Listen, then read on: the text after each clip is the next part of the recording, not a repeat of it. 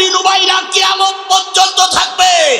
তাই বলে কি আমরা আঙুল চুষবো ঘরে দরজা বন্ধ করে? ওরা যত মুনাফিকি করবে তার চাইতে অনেক শক্তি নিয়ে রাস্তায় নামবো।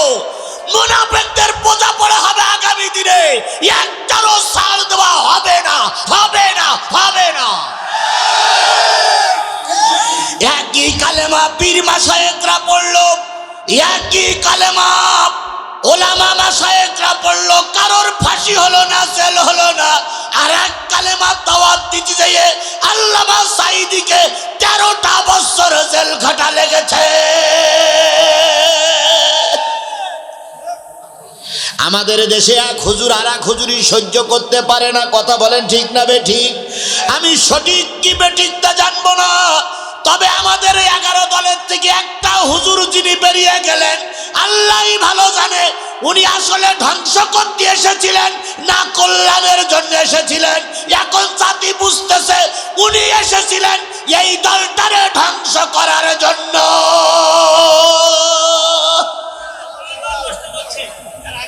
এর আগের বারও আমাদের পিঠে ছুরি মেরেছিল, এবারও ছুরি মারল। কথা বলেন ঠিক না বেঠিক? আল্লাহ। তারপরে দেখেন আমার বক্তব্য হলো আপনার সঙ্গে আমার বন্ধুত্ব, যে কোনো কারণে যদি বন্ধুত্ব নষ্ট হয়ে যায় তাহলে দুইজনের দুঃখ করা উচিত না? এই কথা বলেন, দুঃখ করা উচিত না? 10 বছর সংসার করেছেন স্ত্রীর সঙ্গে, স্ত্রী যখন পরকিয়া করে আর একজনের সঙ্গে চলে যায় তখন আপনি আনন্দ করেন না দুঃখ করেন? এই কথা বলেন, আনন্দ করেন না দুঃখ করেন? দুইজন বন্ধু, একজন রাস্তায় অ্যাক্সিডেন্ট করে মারা গেলে আর একজন বন্ধুকে আনন্দ করে না দুঃখ করে? কিন্তু আমরা কোন বন্ধু পেয়েছিলাম? কোন টুপিওয়ালা পেয়েছিলাম? আপনারা বেরিয়ে গেলেন যান। এক হুজুররা দুঃখ করলো, এক হুজুররা চোখের পানি ফেলাই কানলো যে আমাদের ব্যর্থতা আমরা তাদের ধরে রাখতে পারলাম না। আর এক হুজুররা আনন্দ মিছিল করলো, এরপরে তারা মিষ্টি বিতরণ করলো। এটা কোন মানুষের আক্কেলে ধরা পড়ে? এরা মানুষ টুপি খায় না, এরা মানুষের রক্ত এদের শরীরে নাই।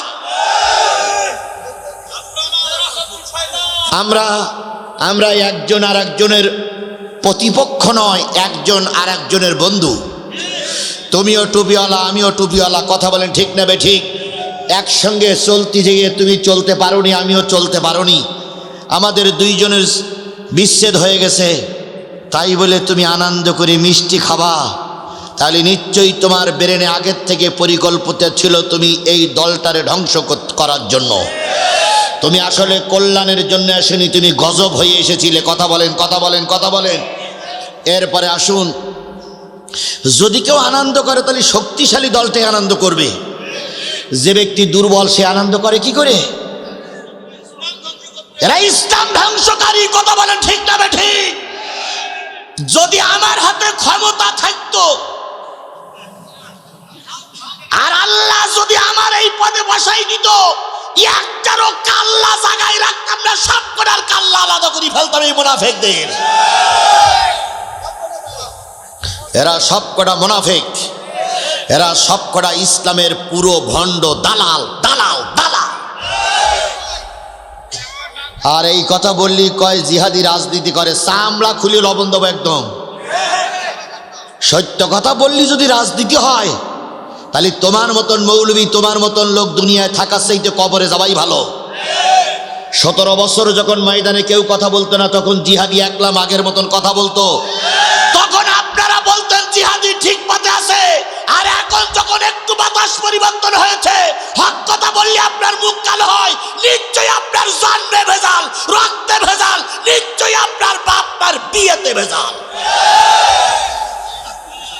আমিরে জামাত বলেছে ওরা আমাদের ভাই, ওরা আমাদের দিকে আনন্দ করুক, কিন্তু আমরা আনন্দ করব না। কারোর বিপদে আনন্দিত হওয়া ঠিক নয়। আপনি যদি কাউকে অপমান করেন, সে আপনাকে অপমান না করলে আল্লাহ আপনাকে অপমান করবে। এগুলো জ্ঞানী ব্যক্তিরা বলতে পারে, মূর্খ ব্যক্তিরা বলতে পারে না, মূর্খরা বলতে পারে না, মূর্খরা বলতে পারে না। কি সুন্দর জ্ঞানী হলে উনি জাতিকে এই মর্মে মেসেজ দিয়েছেন যে যদি আপনারা আমাদের ভালোবাসেন, আগামীতে ইসলাম ক্ষমতায় যাক, এটা যদি আপনারা চান তাহলে আমার মেসেজটা আপনারা মেনে চলবেন। কারোর কারোর সমালোচনা করে কারোর কষ্ট দিবেন না। যদি আপনি অন্যায়ভাবে কাউকে কষ্ট দেন, সে যদি প্রতিশোধ না নিতে পারে, প্রতিশোধ নেবে কে? আর কাউকে যদি ক্ষমা করে দেন, আল্লাহ আপনার মান সম্মান বাড়িয়ে দেবে। এই জন্য সকল ব্যাপার আমরা কার কাছে ছেড়ে দিলাম? জোরে বলেন, কার কাছে ছেড়ে দিলাম? আজকে একটা দল চলে যাওয়ার পর কিছু আলেমরা ওই দলে ছিল, তারা বুঝেছে ওই দলটা ভ্রান্ত, তাই ওই দলের বড় বড় কিছু আলেম এই 10 দলের ভিতরে যোগ দিয়েছে। তার ভিতরে ছিলেন মুফতি আলী আহসান ওসামা। তিনি সারা জীবন জামাত শিবিরি সমালোচনা করেছে। তার উদ্দেশ্য ছিল সব হুজুরদের ভোটটা কয় বাক্সে পড়ুক। যখন এক হুজুর চলে গেলেন, তখন তিনি বুঝলেন এতদিন বুঝেছিলাম যা সেটা ভুল, আজকে আমার ভুলই সংশোধন হয়েছে, আমি এই হুজুরদের দলে যোগ দিলাম, আপনাদের দলে আমি নাই। তাহলে নিশ্চয়ই এই সমস্ত হুজুরিরা বুঝতে পারে, কথা বলেন ঠিক না বেঠিক? এইরকম 10 জন বাছাই করা 10 জন বড় বড় বক্তা আলেম আজকে সকাল থেকে সন্ধ্যা পর্যন্ত তওবা করে বাংলাদেশ জামাত ইসলাম তথা এই 10টি ইসলামী দলের সঙ্গে যোগ দিয়েছে। একটু জোরে বলা যাবে না সুবহানাল্লাহ? আরো জোরে বলেন সুবহানাল্লাহ। একজন বেরিয়ে যাবে, তুমি যদি ঠিক থাকো 10 জন তোমার ছায়াতলে আসবে। ডোমারের মুসলমানেরা ভালো আছেন তো আপনারা? আল্লাহ তার গোলামকে ভালো রেখেছেন, আলহামদুলিল্লাহ। সব প্রশংসা তোমার আল্লাহ, তুমি প্রভু নিখিলের, তুমি রহমান, তুমি যে রহিম, কাজী রোজে মহাশরে।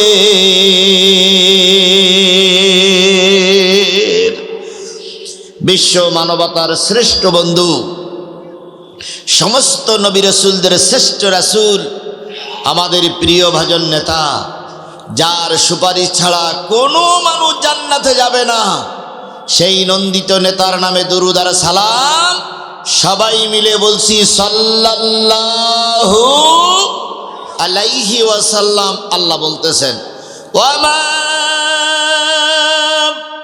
আরসালনাকা ইল্লা রাহমাতাল লিল আলামিন।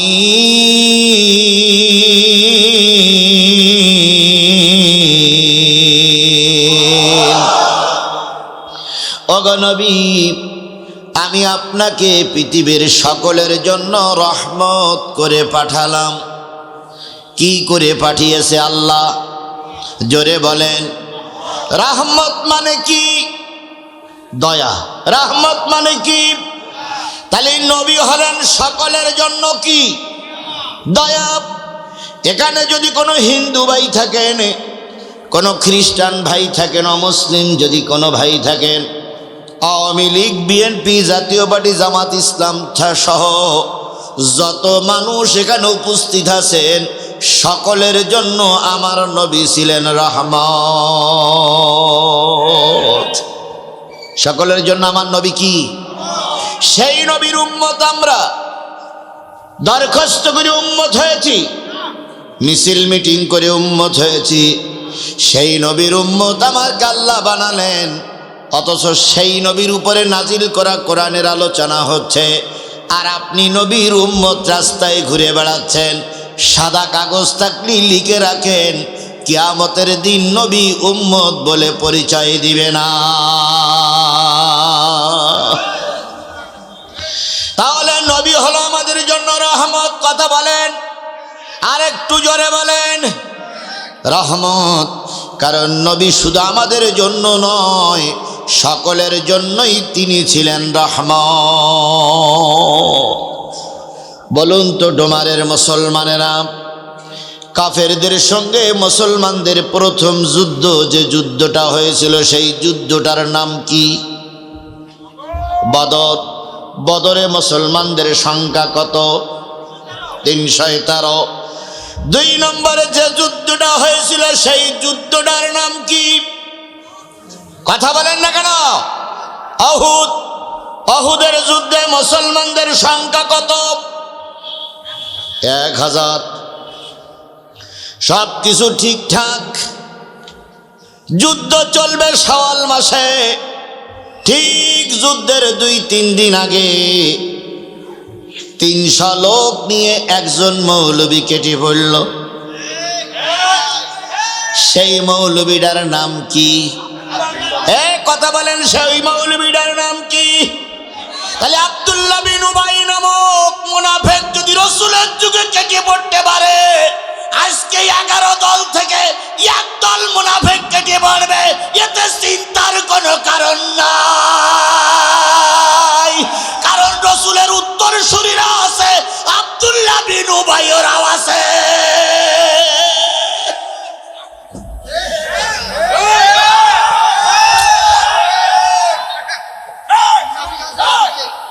আব্দুল্লাহ বিন উবাইরা কি মরে গেছে? আব্দুল্লাহ বিন উবাইরা যুগে যুগে ছিল, এখনো আছে।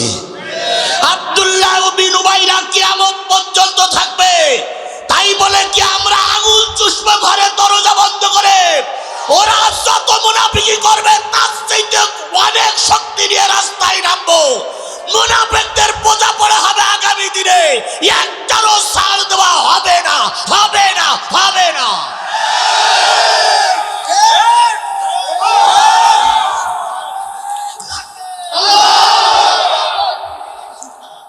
মুনাফিকরা তখনও ছিল, এখনো আছে, ঘরে ঘরে আছে। মুনাফিকরা শিক্ষা পাবে এবার ইনশাআল্লাহ। যে কোনো শক্তির বিনিময়ে মুনাফিকদের শিক্ষা দিয়েই ছাড়ব। মুনাফিকদের ব্যাপারে কোনো ছাড় হবে না। একটা জিনিস জেনে রেখো, তোমাদের মুসলমানেরা কাফের মুনাফিকের চাইতে কাফের ভালো। কাফেরের তাও প্রকাশ্যে বোঝা যায়, আর মুনাফিকদের বোঝা যায় না। মুনাফিকরা হলো ঘরের শত্রু, এরা টুপি মাথায় দিয়ে টুপিওয়ালাদের বিরোধিতা করছে। উহুদের যুদ্ধে মুনাফিক কেটে পড়ল কয়জন? এবার তৃতীয় যে যুদ্ধটা হয়েছিল, সেই যুদ্ধটার নাম হলো খন্দকের যুদ্ধ, খাল খননের যুদ্ধ, পরিখা খননের যুদ্ধ, কৌশলী যুদ্ধ। ওই যুদ্ধে মুসলমানদের সংখ্যা হলো 3000। কত? কাফেররা কত? 10,000। আল্লাহ নবী চিন্তা করলেন, প্রতিটা যুদ্ধে তো ময়দানে যে যুদ্ধ করছি, এবার যুদ্ধটা একটা কৌশল ভিত্তিক হবে। এবারের যুদ্ধে আমরা মদিনার শহরকে রক্ষা করব। তাই সবাই মিলে সিদ্ধান্ত হলো খাল খনন করা লাগবে। কি খনন? 10 হাত বাই 10 হাত। একটা ঘোড়া নিচে নেমে গেলে যেন উঠতে না পারে, আর একটা ঘোড়া জোরে লাফ মারলে যেন এই পারে না আসতে পারে। এই রকম একটা ব্যবধান নিয়ে আল্লাহর নবী নিজেই যুদ্ধের ময়দানে সেনা নায়ক হয়ে, সেনাপতি হয়ে কাজ করছে। তাহলে নবী যুদ্ধের ময়দানের সেনা নায়ক, নবী রাষ্ট্রপতি, নবী প্রেসিডেন্ট হলো 2 সৈনিক, নবী সেনা নায়ক হলো 2 সৈনিক। আজকে আলেমরা দেশের প্রেসিডেন্ট হবে, যারা এই ব্যাপারে নাক শিক্ষা শিক্ষি করে, নিশ্চয়ই ওদের শরীরে আবু জেহেলের রক্ত, ওদের শরীরে বৈধ বাপ মায়ের রক্ত না।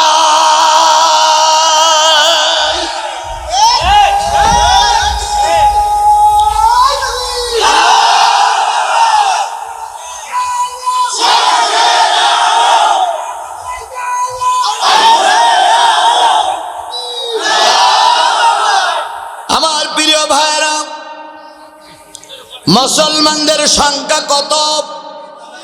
কাফেররা কি খনন হচ্ছে? খাল খনন হচ্ছে। সেই গর্তই হোক, গর্ত হোক, খাল হোক, যাই হোক, নদী হোক, খনন হচ্ছে। আল্লাহ রসুল খাল খনন করতেছেন, হঠাৎ করে হযরত ওমরের সামনে বিরাট একটা শক্ত পাথর পড়ে গেল। সেই পাথরটার পরে ওমর যথাসম্ভব জোরে জোরে আঘাত করলেন, কিন্তু পাথরটা ভাঙতে পারলেন না। নবীর কানে কানে যেয়ে বলতেছি, ইয়া রাসূলুল্লাহ, একটা পাথর পড়েছে, খুবই শক্ত পাথর, পাথরটা তো ভাঙা গেল না। নবী বললেন, ওমর চলো না সেই পাথরের কাছে আমি একটু যাই। হযরত ওমর বললেন, আমি যুবক মানুষ ভাঙতে পারলাম না, আপনি বৃদ্ধ মানুষ কি ভাঙতে পারবেন? নবীজি বলেন, ওমর চলো না, যাই দিয়ে দেখি ভাঙা যায় কিনা। ওমরের হাতের থেকে শাবলটা নবী নিজের হাতে নিলেন, প্রথমবার আঘাত করলেন। আঘাতে পাথরটা ভাঙল না, বরং আঘাতের সঙ্গে লোহার সঙ্গে একটা ঘর্ষণ লাগলো। ঘর্ষণ লেগে একটা বিজলির মতন আলো বাহির হলো। নবী বললেন, ওমর সুসংবাদ দাও, আমি আমার এই ঘর্ষণের আলোয় দেখলাম রোমার পারস্য মুসলমানদের বিজয় হয়ে গেছে। রোমার পারস্যের মাস্তাদে নবীর উত্তরসূরি আল কোরআন চলে গেছে। হযরত ওমর চিন্তা করতেছে, মদিনা রক্ষা করতে পারি না, আর রোম সম্রাটের সংসদে কোরআন চলে গেছে। হযরত ওমর প্রথম বুঝতে পারি নাই। আমি আজকে ডোমারের ময়দানে দাঁড়িয়ে বলে গেলাম, আল্লাহর কসম, আমি আমার অন্তর চক্ষু দিয়ে দেখতেছি আগামী সংসদে আল্লাহর কোরআন ওয়ালারা চলে যাবে। ইনশাআল্লাহ বলেন, ইনশাআল্লাহ বলেন, ইনশাআল্লাহ বলেন। কারণ আল্লাহ ছাড়া কিছু করার নাই। আল্লাহ যদি চায় আগামীতে ইনশাআল্লাহ কোরআন গোটা বাংলাদেশে ছড়িয়ে পড়বে। দ্বিতীয়বার আঘাত করলেন, পাথরটা টুকরো টুকরা হয়ে গেল। নবী এবার বললেন, ওমর তুমি তোমার কাজ করো, আমি আমার কাজ করি। নবীজি এবার কাজ করতে শুরু করলেন। হযরত ওমরের পাশে ছিলেন হযরত জাবের রাদিয়াল্লাহু তাআলা আনহু। জাবের লক্ষ্য করলেন আল্লাহর নবীর কপালগুলো ঘেমে গেছে, চেহারাটা ঘেমে গেছে, মুক্তার দানার মতন ঘামগুলো নবীজির চেহারার পরে লটকিয়ে আছে, দাঁড়িয়ে আছে। হযরত জাবের বলেন, আমি লক্ষ্য করলাম নবীজি একটা আঘাত করে দ্বিতীয়টা আঘাত করতে পারে না, তৃতীয় আঘাত করে চতুর্থ আঘাত করতে পারে না, অনেকক্ষণ দাঁড়িয়ে থাকে। হযরত জাবের বলেন, আমি আস্তে করে রাসূলের কাছে চলে গেলাম, নবীর কানে কানে বললাম, ইয়া রাসূলুল্লাহ, একটা আঘাত করে দ্বিতীয় আঘাত করতে এত দেরি হচ্ছে কেন? নবীজি বললেন, জাবের রে, নবী মুহাম্মাদের ঘরে 7 দিন পর্যন্ত আগুন জ্বলে না। 7 দিন পর্যন্ত নবী মুহাম্মাদের ঘরে কোনো খাওয়ার নাই। নবী হলেন নেতা, বিশ্ব নেতা। 7 দিন খাওয়া হয়নি, ঘরের ভিতরে থাকার কথা ছিল। কিন্তু নবী যুদ্ধের ময়দানে, তাহলে নবী যুদ্ধের ময়দানে 7 দিন পর্যন্ত না খেয়ে যুদ্ধের সেনানায়কের ভূমিকা পালন করেছে। আজকে ডোমারের মুসলমানেরা 1 দিন 2 দিন খাননি এমন একটা লোক হাত তোলেন তো, তোলেন? আছে কেউ? জোরে বলেন, আছে কেউ? তাহলে নবী কালেমার দাওয়াত দিতে দিয়ে কয়দিন না খেয়ে থাকলেন, আর তুমি আমি কালেমার দাওয়াত দিতে যেয়ে 1 দিনও না খাওয়া হয় না, বরং বিমানে চড়ি, হেলিকপ্টারে চড়ি। তাহলে বোঝা গেল তোমার কালেমা আর নবীর কালেমা এক হচ্ছে না।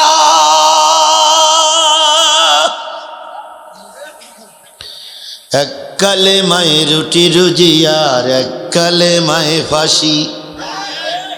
কথা বলেন না কেন?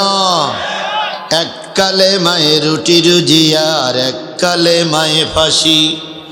কোন কালেমায় থাকবে তুমি জানাও জগতবাসী।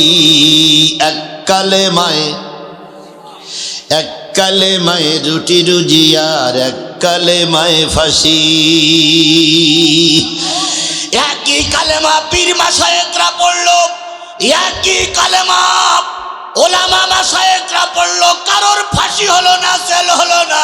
আর এক কালেমা দাওয়াত দিতে যেয়ে আল্লামা সাঈদীকে 13টা মাথাটা লেগেছে।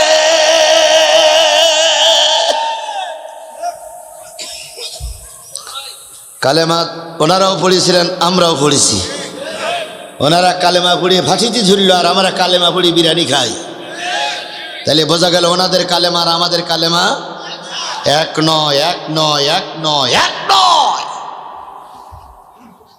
পেশলে হুজুর কিছু আমার দেশে আছে, এরা জেনে বুঝেই সত্যকে গোপন করে।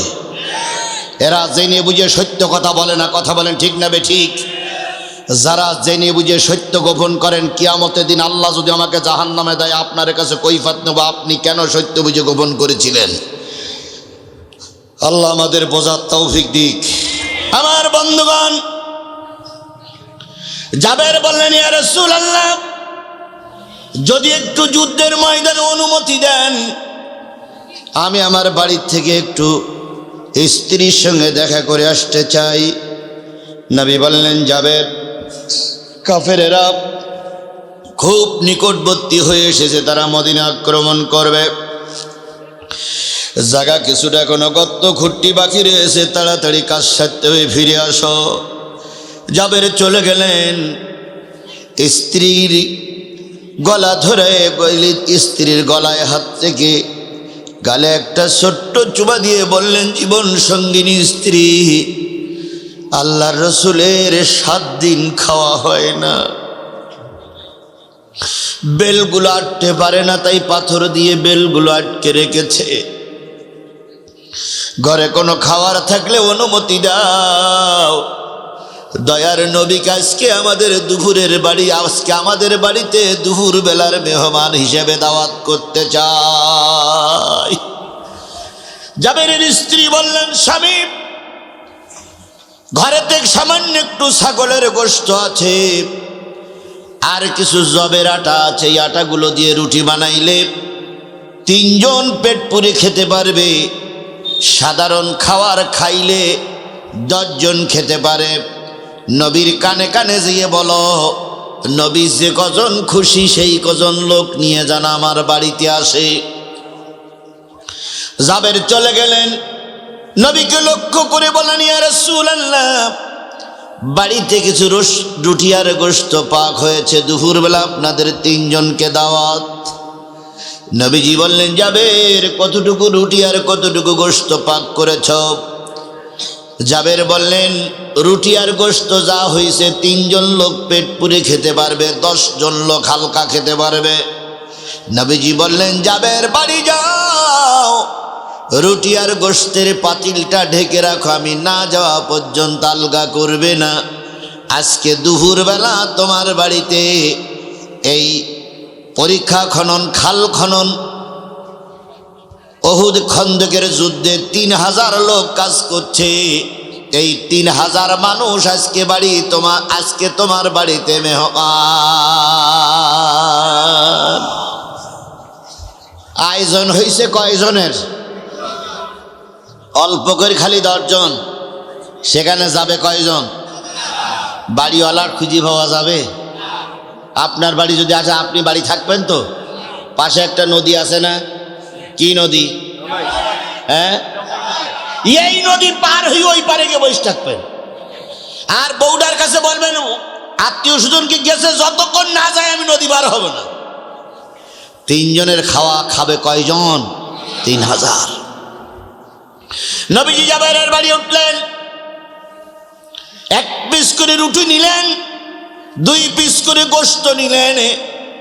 সাহাবীদেরকে বললেন, তোমরাও খেদমত করো। খেদমত করতে করতে 3000 সাহাবীর কাছে রুটি আর গোশত পৌঁছায় গেল। নবী বললেন, বিসমিল্লাহ, আল্লাহর নাম করে খাওয়া শুরু করো। খাইলেন, রুটি আর গোশত দিয়ে পেট পূর্ণ করে খেয়ে সবাই যুদ্ধের ময়দানে চলে গেলেন।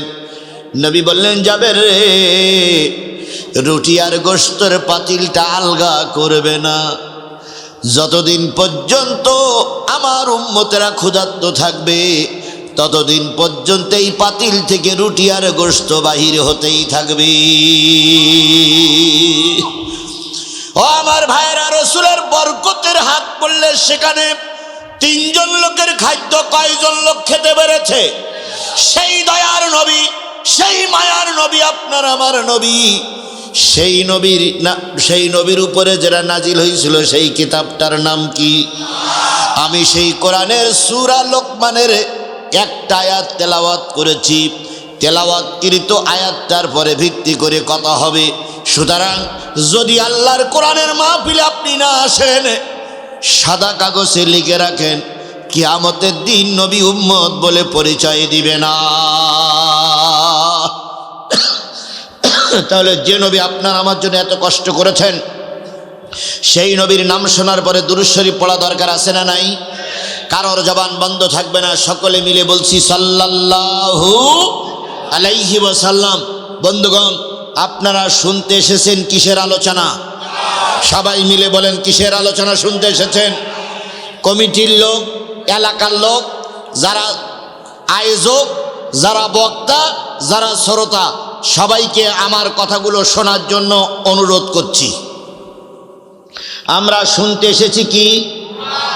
এই কোরআনের আলোচনার অনুষ্ঠান করেছে কারা? কমিটি। কথা বলেন। আমাকে দাওয়াত করেছে কারা? আপনাদের দাওয়াত করেছে কারা? কি বলে দাওয়াত করেছে? কোরআনের আলোচনা শোনানো হবে। কথা বলেন, ঠিক না বেঠিক? আমাকেও বলেছে হুজুর আপনি কোরআন থেকে আলোচনা করবেন, আর আপনাদের বলেছে কোরআন থেকে আলোচনা শোনানো হবে। কথা বলেন। তাহলে আমি কোরআন থেকে আলোচনা করব, আপনারা কোরআন থেকে আলোচনা শুনবেন তো ইনশাল্লাহ? যদি কমিটির কোনো সমস্যা হয় তাহলে তাফসির মাহফিল দিলেন কেন? তাফসির মাহফিল যখন দিয়েছেন, কোরআন থেকে তাফসির করতে দেওয়াই লাগবে। আমাদেরকে ডেকে এনেছেন তাফসির করার জন্য, শ্রোতা ডেকেছেন তাফসির শোনানোর জন্য। এখন যদি তাফসির শোনানো না যায়, কোরআনের মাহফিল দেওয়ার চাইতে না দেওয়াটাই ভালো। তাহলে তাফসির হবে। আপনারা কি শুনতে রাজি আছেন? কমিটিকেও বলি আপনারা খেয়াল করেন, আপনারা তাফসির মাহফিল দিয়েছেন, তাফসিরই হবে। তাফসিরের বাইরে কোনো কথা হবে? তাহলে এবার আস্তে আস্তে ঢুকুন। আল্লাহ বলতেছেন, ওয়াইদা কুরিয়াল কোরআন ফাসতামিউ লাহু ওয়া আনসিতু লাআল্লাকুম তুরহামুন। যখন তোমাদের সামনে কোরআন পড়া হবে, এই কোরআনের আলোচনাগুলো তোমরা চুপচাপ বসে বসে শুনবে। লাআল্লাকুম তুরহামুন। যদি চুপচাপ কোরআনের আলোচনা বসে বসে শোনো, আল্লাহ পাক তোমাদের রহমত দিয়ে ভরে দেবে। তাহলে কোরআনের আলোচনা যখন হবে তখন চুপচাপ বসে বসে শুনতে হবে। আল্লাহ রাসূল বলেন, আল কোরআনু শাফিআম মুশাফফা ওয়া মা হিল্লু মুসাদ্দিকান মান জালাহু আমামাহু কদ্দাহু ইলাল জান্নাহ। নবী বলেন, এই কোরআন এমন একটা কিতাব, যে কিতাব কিয়ামতের দিন কারোর পক্ষে সুপারিশ করবে আর কারোর বিরুদ্ধে আল্লাহর কাছে নালিশ করবে। সাহাবীরা বললেন, কোরআন কাদের পক্ষে সুপারিশ করবে? নবী বললেন, এই কোরআনকে যারা সামনে রাখবে। কোন জায়গায় রাখবে? সবাই মিলে। কোরআনকে যারা সামনে রাখবে, অর্থাৎ কোরআনকে যারা ইমাম বানাবে। ইমাম সামনে থাকে না পিছনে থাকে? তাহলে কোরআনকে যারা ইমাম বানাবে, কিয়ামতের দিন এই কোরআন তাদেরকে টেনে টেনে আল্লাহর জান্নাতে নিয়ে যাবে। ওয়ামান জালাহু খালফাহু সাকাতা হইলান নার।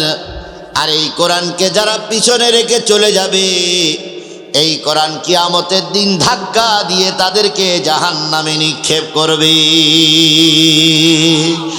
বলুন তো, এই মঞ্চের থেকে কেউ যদি নেমে যায় তার পিছনে পড়বে কি? যারা গেট দিয়ে বেরিয়ে যাবে তাদের পিছনে পড়বে কি? তাহলে কোরআন পিছনে রাখলে কোরআন তাকে ধাক্কা দিয়ে কোথায় নিক্ষেপ করবে? এখন আপনি জান্নাতে যেতে চান না জাহান্নামে যেতে চান? যদি জান্নাতে যেতে চান তাহলে যতক্ষণ মোনাজাত না হবে ততক্ষণ কোরআনের মাহফিল থেকে উঠে কোরআনকে পিছনে রেখে যাওয়া যাবে না। কথা ক্লিয়ার? গিলে কোরআন আপনাকে ধাক্কা দিয়ে কোথায় নিক্ষেপ করবে? তাহলে আপনি কি জাহান্নামে যাওয়ার জন্য কোরআনের মাহফিলে এসেছেন? তাহলে নিশ্চয়ই কোরআনের মাহফিল আমার আলোচনা শেষ না হওয়া পর্যন্ত আপনি কোরআনের দিকে পিছনে ফিরে রেখে যেতে পারবেন না, নির্দেশ আল্লাহ এবং রাসূলের। সুতরাং আমরা কোরআনের মাহফিলের শেষ মোনাজাত পর্যন্ত থাকার জন্য চেষ্টা করব ইনশাআল্লাহ।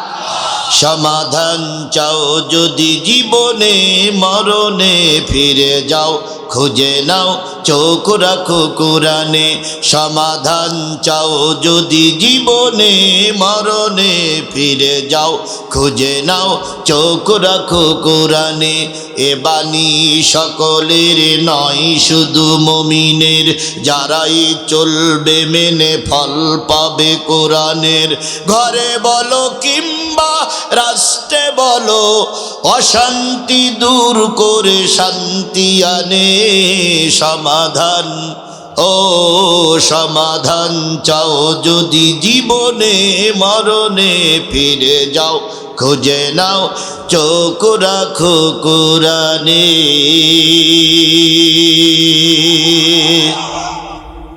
এবার আসুন, মাহফিলটা হচ্ছে তালতলি জাবালে নূর নুরানি হাফিজিয়া মাদ্রাসার উদ্যোগে। কথা বলেন। প্রতিষ্ঠান টিকায় রাখার জন্য সকলকে সতর্ক থাকতে হবে। তার আগে একটু বলি, ভাইরে বিপদে আছি তো আমি। যদি বলেন কেমন, কোরআনে যান, হাফেজ সাহেবও কোরআন খেয়াল করেন, কমিটির লোকও কোরআন খেয়াল করেন, ডাইনে যারা বসে আছেন তারাও খেয়াল করেন, বাইরে যারা বসে আছেন, বামে যারা বসে আছেন তারাও খেয়াল করেন। আল্লাহ বলতেছেন, ইন্নাল্লাযীনা ইয়াকতুমুনা মা আনজালাল্লাহু মিনাল কিতাব ওয়া ইয়াশতারুনা বিহি সামানান কলিলা উলাইকা মা ইয়াকুলুনা ফি বুতুনিহিম ইল্লান নার ওয়া লা ইউকাল্লিমুহুমুল্লাহু ইয়াওমাল কিয়ামাতি ওয়া লা ইউযাক্কিহিম ওয়া লাহুম আযাবুন আলীম।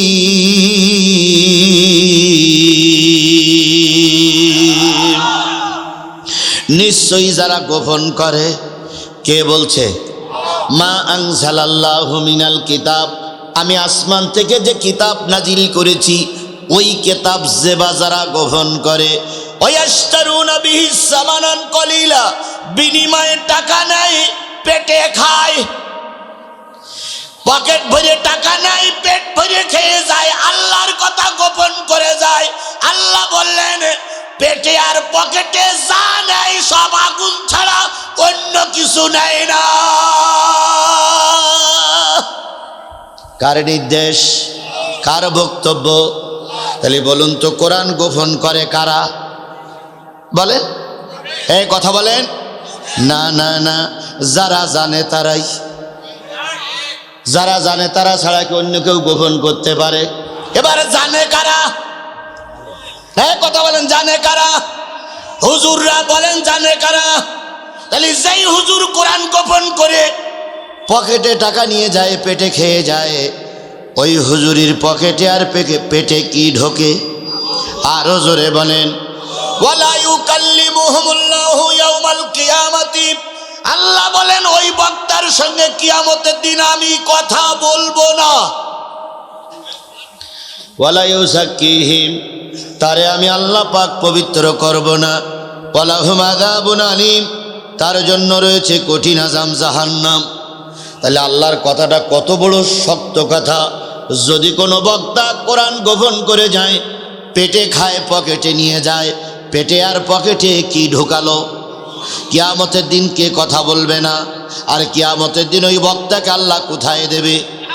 আমি আপনাদের কাছ থেকে এখানে দাওয়াত নিয়েছি, কিছু টাকা আপনাদের কাছ থেকে আমি নিয়েছি, আর আপনাদের কাছে এসে যেখানেই খাই কিছু খেয়ে গেলাম।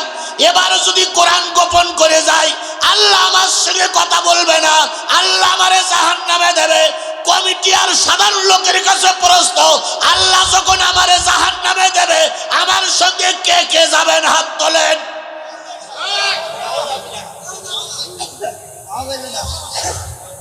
তোলেন। সেদিন কেউ যাবে না। তাহলে আপনি আপনার মুখের দিকে তাকাই আল্লাহর কোরআন গোপন করব কেন?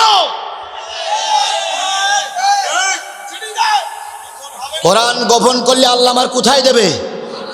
তো তখন আপনারা কেউ যাবেন না, তাহলে আপনাদের মুখের দিক থেকে আমি কোরআন গোপন করবো কেন? What is this?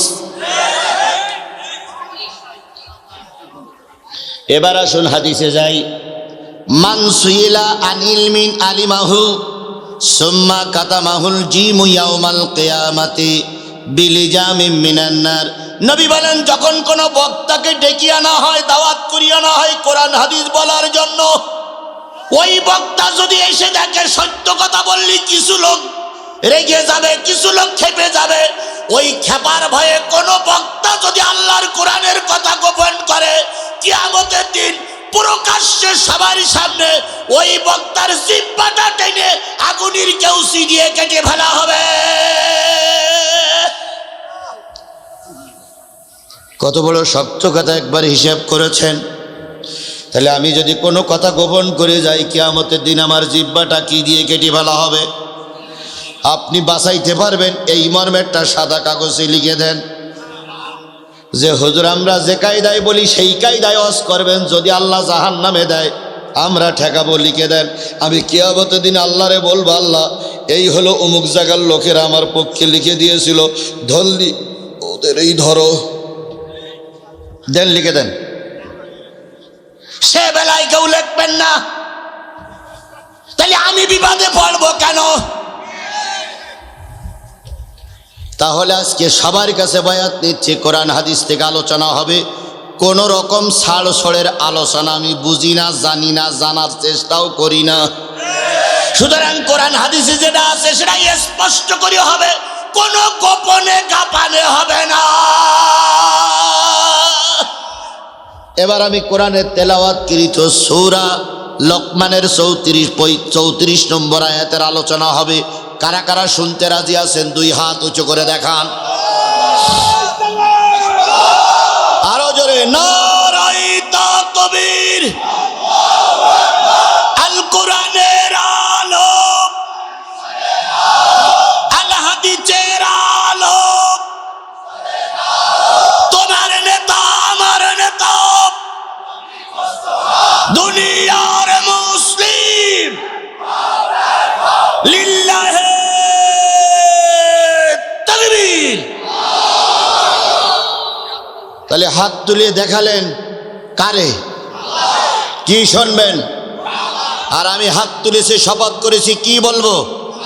তাহলে আমি বলবো, আপনারা শুনবেন। যদি আমার মোনাজাতের আগে আপনি চলে যান, তাহলে ওয়াদা খেলাপ করলি তারে কি বলে? দয়া করে মুনাফিক হবেন না। সূরাতুল লুকমান কয়টা আয়াত? কথা বলেন। 34টা আয়াত কোরআন শরীফের সূরা লোকমানের। আমি আপনার সামনে তেলাওয়াত করেছি ওই 34 নম্বর আয়াত। এই আয়াতটার মূল আলোচনার বিষয়বস্তু হলো 5টা জ্ঞান, 5টা বিষয়ের জ্ঞান আল্লাহ ছাড়া আর কারোর কাছে নাই। 5টা বিষয়ের জ্ঞান আছে কার কাছে? আরো জোরে বলেন, কার কাছে? শেখ হাসিনার কাছে এই জ্ঞান ছিল না, খালেদা জিয়ার কাছে এই জ্ঞান ছিল, ডোনাল্ড ট্রাম্পের কাছে এই জ্ঞান নাই, পাকিস্তানের কাছে এই জ্ঞান নাই, ভারতের কাছে এই জ্ঞান নাই, রাশিয়ার কাছে এই জ্ঞান নাই, ডাক্তার মোহাম্মদ ইউনূসের কাছে এই জ্ঞান নাই, ডাক্তার শফিকুর রহমানের কাছে এই জ্ঞান নাই। যে 5টা জ্ঞানে জ্ঞানী হলেন আমার। আরো জোরে বলেন। এই পৃথিবী এখন বড় ছোট হয়ে এসেছে রে ভাই। আগে আমরা একটা চিঠি লিখলে চিঠি আসতে 15 দিন সময় লাগতো, আর মোবাইল এখন হাতে নিলেই বলে দিতে পারি, মোবাইল এখন হাতে নিলেই বলে দিতে পারি যে কে কোথায় আছেন, কেমন আছেন। সুতরাং এখন পৃথিবী ছোট হয়ে গেছে। আমেরিকায় এক জায়গায় বসে প্লেনে বোমবাস্টিং করে, হাজার হাজার মাইল দূরে দিয়ে সেই বোমটা পড়ে যার দিকে নিক্ষেপ করে সে মারা যায়। তাহলে পৃথিবীর সব জ্ঞান এখন মানুষ অর্জন করেছে, কয়টা জ্ঞান অর্জন করতে পারবে না? সবাই মিলে বলেন কয়টা? সেই 5টা জ্ঞানের কথা আমি আপনাদের কাছে শোনাবো। তার আগে বলি, এই এই কোরআনের সেই সময় একটা ঘটনা ঘটে গেল। আল্লাহর নবী সাল্লাল্লাহু আলাইহি সাল্লাম এই পর্যন্ত কোনোদিন খোলা ময়দানে ওয়াজ করেন নাই। আজকে নবী খোলা ময়দানে ওয়াজ করবেন। মক্কার জীবনে ওয়াজ করার পরিবেশ হয়নি, কথা বলেন ঠিক না বেঠিক? মক্কার জীবনে সব কাফেররা চারিদিক থেকে ঘেরা করে রাখতো, উনি ওয়াজ করতে পারতেন না। এবার মক্কা থেকে হিজরত করে রাসূল চলে গেলেন কোথায়? জোরে বলেন কোথায়? মদিনায় যেয়ে প্রথম ওয়াজ করবেন। সেই দিন ছিল শুক্রবার। কি বার? দিনের বেলায় ওয়াজ করবেন। গোটা মদিনায় আলোচনা হয়ে গেল, মক্কা থেকে একজন রাসূল এসেছেন, তিনি আগামীকাল ওয়াজ করবেন। মদিনার সব লোকগুলো উপস্থিত হলো। কিছু কাফের আছে, মুনাফিক আছে, মুসলমান আছে, সাধারণ লোক আছে, ওয়াজ শোনার জন্য আসবে। ইহুদিরা চক্রান্ত করলো, একজন হুজুর ভিট করলো যে হুজুর তুমি যাও, যে মুহাম্মাদের ভুল ধরতে পারলে তোমাকে বড় অঙ্কের পুরস্কার দেওয়া হবে। এই হুজুরটার নাম ছিল আব্দুল্লাহ ইবনে সালাম। কি নাম? তাওরাতের জ্ঞানে জ্ঞানী, জব্বুরির জ্ঞানে জ্ঞানী, ইঞ্জিলের জ্ঞানে জ্ঞানী, এক কথায় বিরাট ইহুদিদের বড় হুজুর। তিনি নবীর মাহফিলে আসছে নবীরে ভুল ধরার জন্য। আমাদের দেশে এক হুজুর আর এক হুজুরই সহ্য করতে পারে না, কথা বলেন ঠিক না বেঠিক? আমি সঠিক কি বেঠিক তা জানবো না, তবে আমাদের 11 দলের থেকে একটা হুজুর যিনি বেরিয়ে গেলেন আল্লাহই ভালো জানে উনি আসলে ধ্বংস করতে এসেছিলেন না কল্যাণের জন্য এসেছিলেন। এখন জাতি বুঝতেছে উনি এসেছিলেন এই দলটারে ধ্বংস করার জন্য।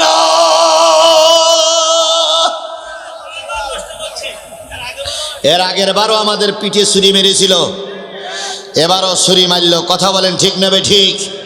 আল্লাহ।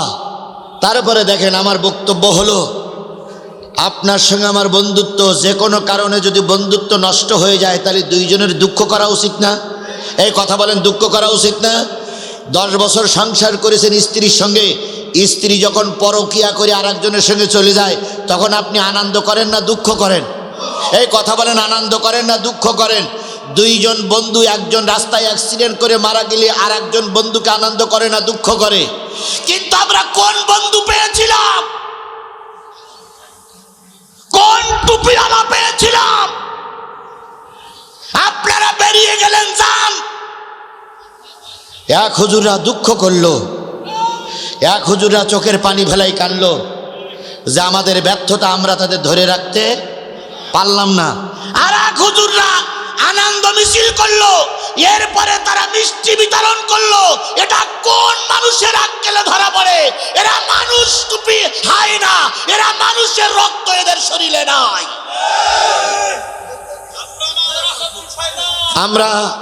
আমরা একজন আর একজনের প্রতিপক্ষ নয়, একজন আর একজনের বন্ধু।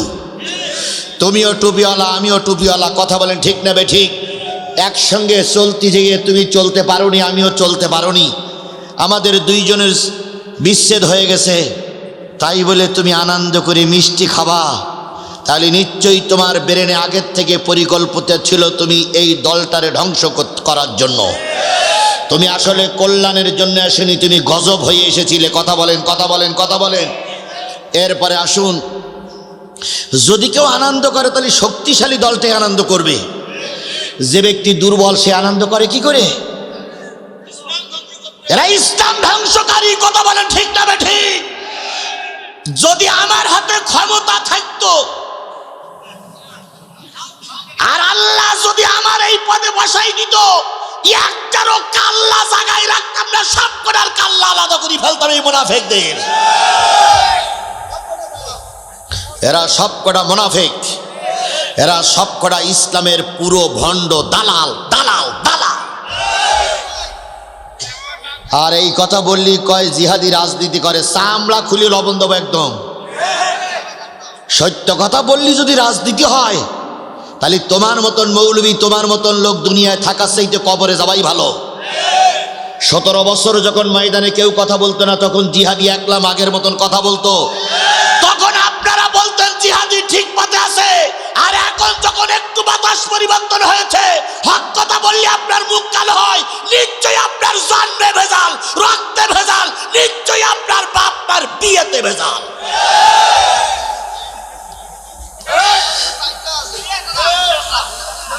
একই সঙ্গে রাজনীতি করলাম, বিএনপি ওয়ালারা প্রশংসা করত সত্যি বাঘের বাচ্চা, আর এখন যেই কথা বলি সেই বলে এ হুজুরটা যেখানে যায় সেখানে এইরকম ক্যাসাল বাঁধায়।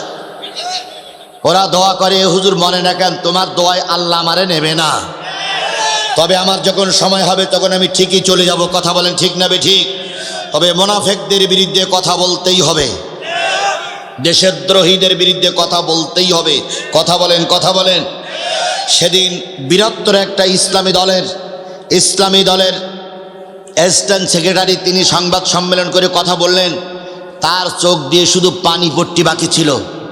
তিনি একবারের জন্য দাঁত বের করে কথা বলেন নাই। তিনি ব্যথিত ছিলেন যে আমরা একটা বিরাট ইসলামী ঐক্য করেছিলাম, কিন্তু আজকে আমরা বড় হতভাগা যে ঐক্যটা আমরা ধরে রাখতে পারলাম না। তার মনে ব্যথা লাগলো, তার কষ্ট লাগলো। আর তোমরা আনন্দ মিছিল করলে, তোমরা দোকানের মিষ্টি কিনে খেলে। ও ভাই, শেখ হাসিনা চলে গেল, মিষ্টি খাওয়াটা জায়েজ ছিল, কিন্তু তোমরা মিষ্টি খাও কোন হিসাবে? তোমরা মিষ্টি খাও কোন বিবেচনায়? তাহলে বোঝা গেল তোমরা জাতির কল্যাণে কাজ করুনি, তোমরা জাতির ধ্বংস করার জন্যই কাজ করেছ। সুতরাং আল্লাহ নবী ওয়াজ করবেন, ওই ওয়াজের ভিতরে একজন হুজুর এসেছে। সেই হুজুরটার নাম কি এর মধ্যে ভুলে গেছেন? আব্দুল্লাহ ইবনে সালাম। শুধু সালাম মনে থাকবে না, শুধু সালাম মনে থাকবে না।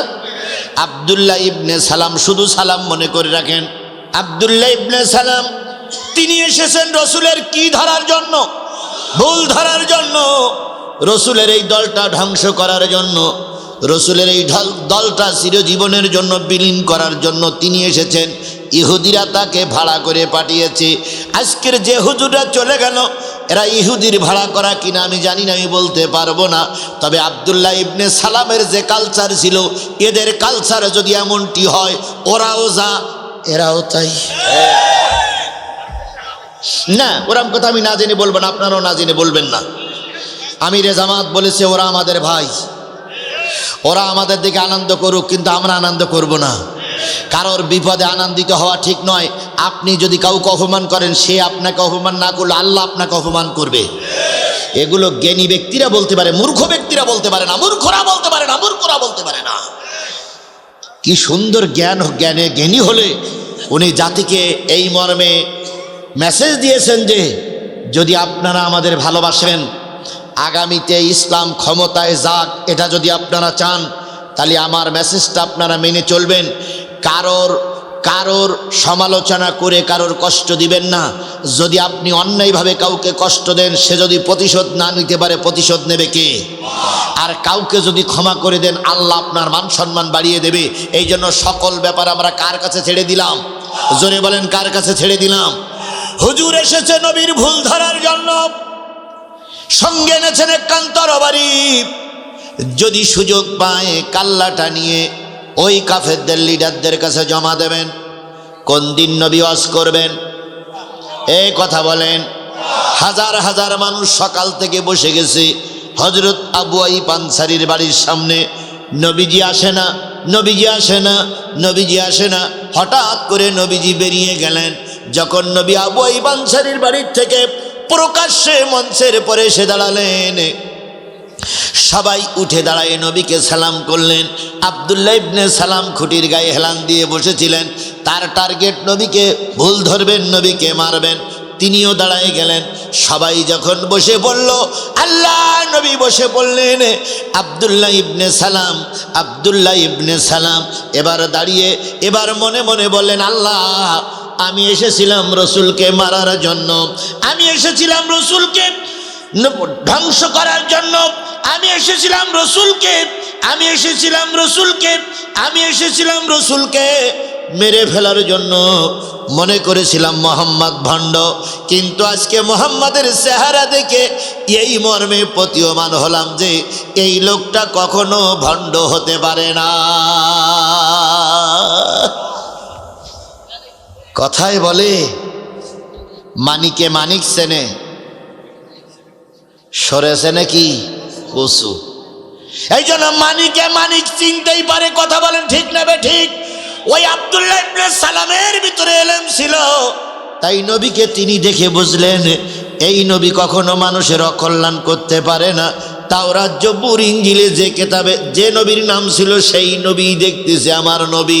আজকে একটা দল চলে যাওয়ার পর কিছু আলেমরা ওই দলে ছিল, তারা বুঝেছে ওই দলটা ভ্রান্ত, তাই ওই দলের বড় বড় কিছু আলেম এই 10 দলের ভিতরে যোগ দিয়েছে। তার ভিতরে ছিলেন মুফতি আলী হাসান ওসামা। তিনি সারা জীবন জামাত শিবিরি সমালোচনা করেছে।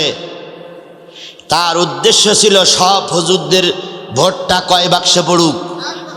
যখন এক হুজুর চলে গেলেন তখন তিনি বুঝলেন এতদিন বুঝেছিলাম যা সেটা ভুল, আজকে আমার ভুলই সংশোধন হয়েছে, আমি এই হুজুরদের দলে যোগ দিলাম, আপনাদের দলে আমি নাই। তাহলে নিশ্চয়ই এই সমস্ত হুজুরিরা বুঝতে পারে। কথা বলেন ঠিক না ঠিক? এইরকম 10 জন বাছাই করা 10 জন বড় বড় বক্তা আলেম আজকে সকাল থেকে সন্ধ্যা পর্যন্ত তওবা করে বাংলাদেশ জামাত ইসলাম তথা এই 10টি ইসলামী দলের সঙ্গে যোগ দিয়েছে। একটু জোরে বলা যাবে না সুবহানাল্লাহ? আরো জোরে বলেন সুবহানাল্লাহ। একজন বেরিয়ে যাবে, তুমি যদি ঠিক থাকো 10 জন তোমার ছায়াতলে আসবে। এক সাইদি মারা যাওয়ার পরে মানুষ মনে করেছিল যে সাইদির শূন্যতা আর কেউ পূর্ণ করতে পারবে না। এখন নতুন নতুন অনেক বক্তা সেই শূন্যতাগুলো পূর্ণ করে দিচ্ছে না ভাই। এই জন্য চিন্তার কোনো কারণ নাই। নবী সাল্লাল্লাহু আলাইহি সাল্লাম এবার সবার সামনে 4টে কথা বললেন। আফসুস সালাম। শুরু হয়েছে, বলো কি বললেন? আফসুস সালাম, ইতামুত তাআম, সাল্লুল আরহাম ওয়া সাল্লু বিল্লাইলি ওয়ান নাসি ইয়ানাম। সুবহানাল্লাহ বলেন। নবীজি বললেন ইহুদি হও, খ্রিস্টান হও, মুসলমান হও, মুনাফিক হও, যে জাতি হও না কেন, আমি নবী জাতির উদ্দেশ্যে ভাষণে বলতেছি। প্রথম কথা হলো ছোট বড়, আবাল বৃদ্ধ বনিতা, জ্ঞানী গুণী, সাদা কালো, সবার কাছে আমার প্রথম উপদেশ, একে অপরের সঙ্গে দেখা হলে সালাম দাও।